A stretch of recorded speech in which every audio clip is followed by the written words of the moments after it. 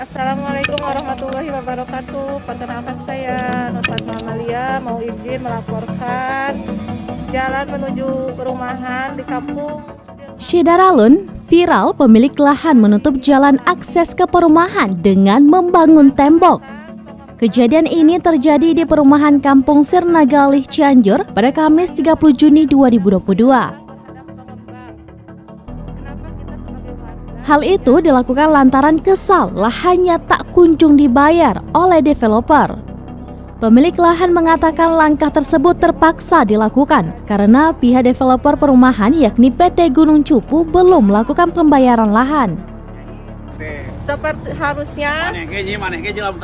Sementara lahan yang belum dibayar tersebut sudah dibangun perumahan. Persoalan tersebut mencuat setelah pihak developer atau pengembang perumahan membebaskan lahan seluas 2.700 meter persegi. Saat itu, pihak developer baru membayar dengan luas tanah sekitar 1.200 meter. Pimpinan PT Gunung Cupu, Yaya Ruyani, membantah jika selama ini tidak ada upaya untuk melakukan pembayaran. Pihaknya mengaku sudah beberapa kali mediasi untuk melakukan pembayaran.